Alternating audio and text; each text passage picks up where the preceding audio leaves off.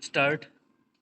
महोदय, जो एक के बाद एक आते हैं, शारीरिक आवश्यकताएं यथा भोजन, कपड़ा, मकान और आराम जीवन की मौलिक आवश्यकताएं हैं।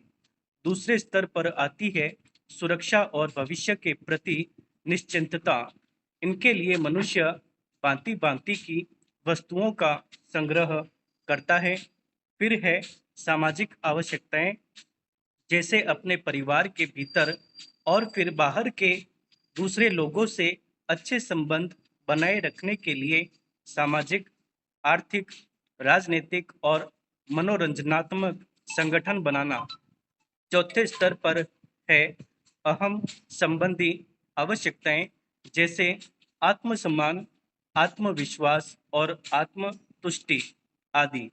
आत्म परितोष अर्थात उन्नति, विकास और ख्याति प्राप्ति की क्षमताओं को साकार करना व्यक्ति की अंतिम और उच्चतम अपेक्षाएं हैं। इन आवश्यकताओं की पूर्ति के लिए मनुष्य अपने आसपास उपलब्ध पर्यावरण का दोहन करता है। जल थल वायु ही नहीं, पेड़ पौधों, पशु पक्षी, जीव जंतुओं तक का उपयोग करता है। सभी शक्तियों का, यहाँ तक कि सबल व्यक्ति अपने से निर्बल व्यक्तियों तक का दोहन करता है, जो शोषण की सीमा तक पहुंच जाता है। इसके लिए भांति भांति की तकनीकें खोजी और अपनाई जाती है।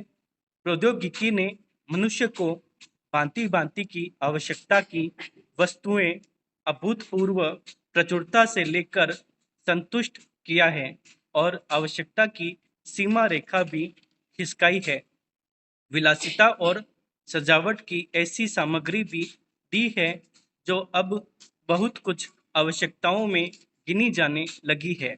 स्वचल वाहन, दूरदर्शन, धुलाई मशीन, सफाई मशीन, सिलाई मशीन, स्टोव, चूल्हे, मिक्सी, फ्रिज आदि आदि अब बहुत से लोगों के लिए अनिवार्य आवश्यकता की कोटि में आ गई हैं। तकनीकी और प्रौद्योगिकी से यह सब संभव हुआ है, किंतु एक ऐसा अल्प वर्ग भी है जिसके लिए विलासिता आवश्यकता की कोटि में आ चुकी है। विज्ञान की जन समुदाय के लिए तो मौलिक न्यूनतम आवश्यकताएं भी विलासिता ही बनी हुई है। औद्योगिकरण के सहारे मनुष्य ने जितना भी विकास किया है, उसे वह उन्नति कहकर संतोष करने लगता है और अपनी द्वैध प्रकृति के कारण यह ध्यान नहीं देता कि इस विकास से वर्ग भेद पनपा है। अमीरी गरीबी के बीच की खाई चौड़ी हुई है। जो व्यक्ति मानव मानव की समानता, समाजवाद या साम्यवाद के गीत गाता है, वही अपनी द्वैध प्रकृति के कारण अपने पर्यावरण, यहाँ तक कि मानव के भी शोषण के नए नए तरीके खोजता है।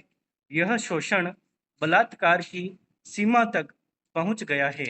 मनुष्य ने अपनी बुद्धि का प्रयोग किया, फलस्वरूप भांति भांति का औद्योगिकरण हुआ और जल थल वायु सब प्रदूषण के शिकार हो गए।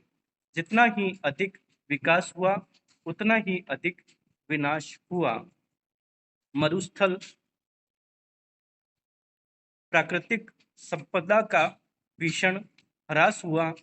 व्यापक वन विनाश से भूमि बंजर और मरुस्थल बन गई।